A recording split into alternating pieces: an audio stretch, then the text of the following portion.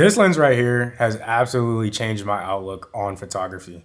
Let me explain. I've been in photography for a little bit, and I've had a camera in my hand since I was literally a little kid, making videos, taking pictures, having fun. Let me show you guys. A picture is worth 1,000 words, as they say. Bam. There I am, little me, with the camera in hand. And I actually have that camera right here. I have never sold it. It still works. I actually recently just took it out and took a little video with it. And for the longest, I've always been into photography. I've always been capturing life through the lens of my camera. In September, I recently purchased my dream camera, which was the A7 IV. This camera that I'm recording on now. Got the 16-35 GM2, which I'm recording this video right now with. And I will be doing a review on that one, but I wanted to just touch bases of a 1 week review. Just a 1 week with owning this. I've had this lens for 1 week and like 2 days. And this lens has absolutely changed my perception of photography. And not just photography, but videography, taking videos. It's crazy. This is what I like to call the sniper lens. And you can really just capture some of the, I swear, I've captured some of the best images out of all my time taking photos in my life.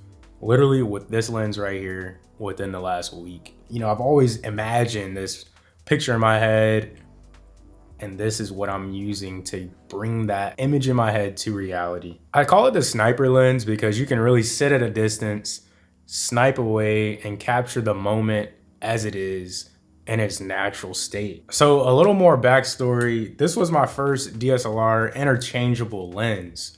And this is a Nikon D5600. This one still works. I'm keeping it. An amazing camera right here. This one, I've captured a lot of great memories on this camera. Wow. Wow, imagine crashing into this.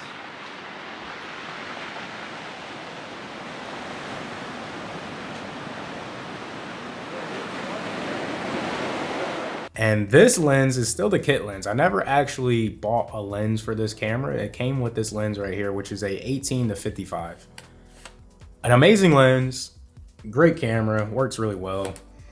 But I just wasn't able to punch in enough. And I never knew how much that would change.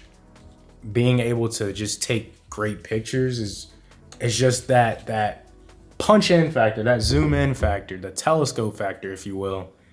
It's literally life changing. And this is the GM2. I've never used the GM1 version, never held it. So this is the first one I've ever used, 70-200, and this focal range is insane, guys. It's not even the focal range, the just sharpness of this lens is obviously a G Master. You're getting the quality. You're getting the best of the best. If you look at the lineup for Sony E-mount lenses, your G Master's at the top. It's Sony native glass. They know what they're doing, obviously.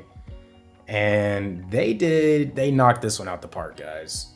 They knocked it out the park. Like I said, I've been capturing some really amazing pictures, some really great video, and it's just been amazing. It's really just left me without words. And what's really crazy, and I didn't see this one coming, but something I've been doing lately and something that's kind of just fallen in my lap is the business aspect of photography, of videography, of basically monetizing this hobby of mine. It's been a hobby for, like I said, a very long time, since I was a little kid. Always just making little videos, always just taking pictures. It's just fun for me. And I feel like I have this gift to be able to just take good pictures, in my opinion. I mean, maybe I'm biased, but I recently met somebody, my boy Brandon. Brandon, what's up with you, brother? I hope you're doing well, bro. But recently connected with him. He's a photographer. This is what he does. And it's been crazy. This last couple weeks has been crazy. Like I said, I've owned this one for, I honestly would not own this lens if it weren't for meeting him. So together we had our first photo shoot. We had a client that was an up and coming artist and needed an album cover picture for his new album that he's released, a new song. And the location he wanted was the beach, kind of that beachy vibe. I'll put up some pictures now of some of the pictures we got. But my boy Brandon, he had the 85mm lens. And that was the first time I used an 85mm lens. The highest mil I used was the kit lens that comes with the A7 IV, which I believe is like 70, 65 mil. So we punched into 80, 85. And just that experience right there was like, wow, this lens is crazy. And I always had my eye on this 70-200 because I genuinely want the trinity of lenses, which is the 16-35, 24-70, 70-200. So I have the two. I got the 16-35, 70-200. Now I got to get the 24-70. That'll come later because that was a pretty penny right there. But yeah, just that shoot right there was crazy. And I wish I had that 70-200, but we are gonna have plenty of shoots and plenty of opportunities to use this lens. And like I said, I've been pretty much using it every day just for fun. And we have some clients lined up for some future shoots, which I'm very excited for. And it's crazy, it's really crazy. Just the aspect that I didn't see coming was just bringing the camera around and it being, you know, attached with this lens. You have this thing attached to your camera. You're walking around with the A7 IV and it's a conversation starter. It really is. That's something that I didn't see coming, but everywhere I go and I have this on my camera, it's like people will stop you and ask you, are you a photographer? And it's crazy. And I just didn't see that coming, and I know this thing is not cheap, but if you're on the fence and you've never had a 70-200, genuinely, I've never used the other ones. I know Sigma came out with one recently, and no discredit to them. But personally, I just like the best of the best. So I would say save up for this one. This one it's a sniper, guys. You can just get the craziest shots ever. It's an amazing focal range. And I'm super stoked to be able to use this lens and just see where it takes my photography and takes my videography skills. I just recently shot a barber video. I'll show you some of the photos now. Just recently shot a barber video for a client. He's a barber. And I brought the 70-200. There's some of the images. And I'm doing the video right now as we speak. And it's crazy. Like you're not impeding on personal space, which I like. What I've come to experience in my time of being in photography is whenever you pull out the camera, people just like, I don't know. Some people are photogenic. I'll give you that. Some people are just very natural being in front of the camera. Some people not so much. Like it's something that's new. Like we are looking at this freaking one-eye thing and it just is kind of weird. So it puts people not at ease, if you will. Whereas when you pull this bad boy out and you're kind of across the room, if you will, like I wasn't all up in the dude's face and he was just doing his thing and I was just capturing that. I was literally capturing and documenting that. And that's what this lens has really showed me. It's like you can capture just the moment. You can capture, I know that sounds so crazy, but you can literally just capture the moment as it is. And it's crazy. And the image quality of this, you're gonna have to watch other reviews on just the image quality, if you will, because I'm not that technical when it comes to that. But I'll tell you this motherfucker is sharp, guys. Like it is very sharp. Me and my boy Brandon, we recently had a shoot in a museum. Obviously I brought that, got some crazy shots of the actual client, and then we were just shooting around at the museum. Sent him some of those pictures that night of. And we were just like, bro, it's breaking my phone. Like he literally got the image and it was so sharp that some of the edges were jagged. And then when you zoom in, it starts to get sharper. It's like, this thing is literally so sharp. It's crazy. It's mind blowing how sharp that lens is. It's an amazing piece of equipment. It's an amazing piece of gear. And I just really cannot wait to start traveling and to just see the world, explore the world and bring this gear with me. I think it's gonna just capture some of the most epic shots in my life. And that's what it's about. You know, in my opinion, I think it's about just sharing your eye with the world. And this is an amazing eye right here. Let's just say that. So it's really cool. It's really cool to own this thing. If you're not too familiar, it's super light. Like I thought this thing was gonna be pretty heavy, but it's not really that heavy. I know it looks pretty heavy. Compared to the GM1, I hear that this one is a lot lighter. I think the GM1 weighs like 1,500 grams. This one weighs right around 1,000 grams. So I got a nice haircut off weight, and it has an aperture ring, which I absolutely love.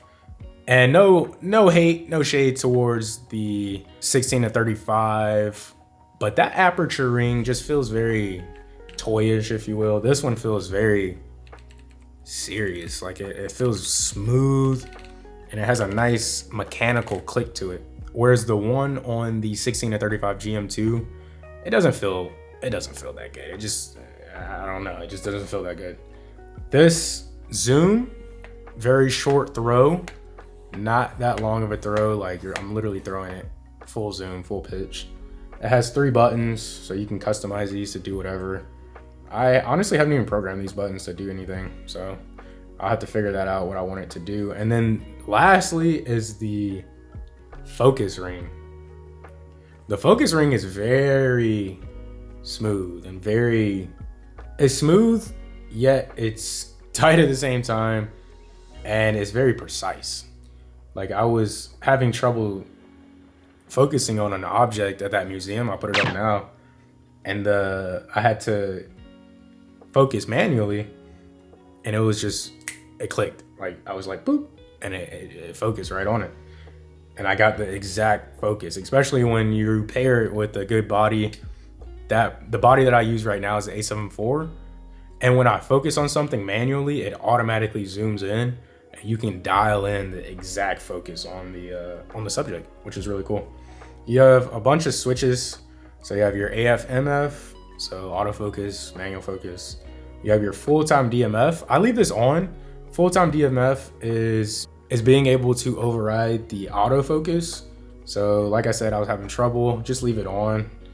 And some people might say, well, what if I like accidentally hit it? I've never accidentally touched the focus. Like it's all the way at the front. So like you really have to be intentional, I would say. So it depends on how you hold it. Like I usually hold the lens like that, or one hand, boom, able to zoom. And then, so it really just depends on how you hold the lens. From what I found, I don't accidentally ever touch the focus. And then you have the full to infinity focus. I don't really know what that means. Leave a comment down below if you know. I think it's like the minimum focus distance. So you have OSS, optical steady shot. I leave that on. You don't want your footage to be, or your images to be shaky. And then you have your different modes for the stabilization. I leave it on 1. And then you have your iris lock. This is actually pretty cool. I am one to use the aperture ring, the iris ring, and I don't have it set to my body on the camera, so I leave it on the lens itself. And I love this. With the GM2s, all the lenses, the Trinity, they have all aperture rings, which I have just, I love it. I can't use a lens without an aperture ring now. And if you lock it, it keeps it so it doesn't go into auto. Auto is either in auto mode, or your body controls the aperture, so like on your actual camera. And then lastly, you have your click on off right there. So you can have your aperture ring click or be smooth. So here's the smooth one, just smooth. Whereas like the click, you can hear it click. So pretty cool. You have your lens hood. So the lens itself is actually this big. So that was with the lens hood. So it's actually pretty small. And usually I'm rocking a ND filter. I'm running the Polar Pro Peter McKinnon V2 2 to 5 stops right here. No mist. I'm not a fan of the mist look.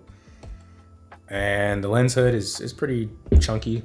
But when you actually just look at the lens itself, it's relatively small. It's compact. And then the actual inside of the lens, beautiful right here, guys. See if we can get that to focus. Look at that. Oh my gosh. Beautiful lens right here. So it has coatings on it, so just be careful. I'm trying to be very careful with keeping it clean, keeping it covered. I just want this. This lens will last you years, guys. Years to come. So I'm planning to just keep it in great condition, keep it clean, keep it well maintained. And there you go. That is the lens. So I'm just gonna be putting up some photos and videos of some test footage and some test shots. Some of these shots are gonna blow your guys' mind. It's absolutely an amazing lens. And if you're on the fence, I would say pull the trigger. It's gonna take your photography to the next level, your videography. Whatever you do, it's crazy. Like, this lens is absolutely insane, and I'm very much enjoying it. It does come at a pretty penny, but I would say you get what you pay for. This is a magnificent piece of equipment right here, and I'm very happy to be able to use this out in the field and to really capture some amazing moments. So with that being said, I hope you liked this video. I will be shooting on this thing a lot more, and I will be doing a midterm and a long-term review on this lens right here. But comment down below if you guys have this lens, what is your thought on this lens? Because from what I've come to experience, this thing it's crazy. It's really crazy. So yeah, enjoy the footage, and I will see you in the next video. Peace.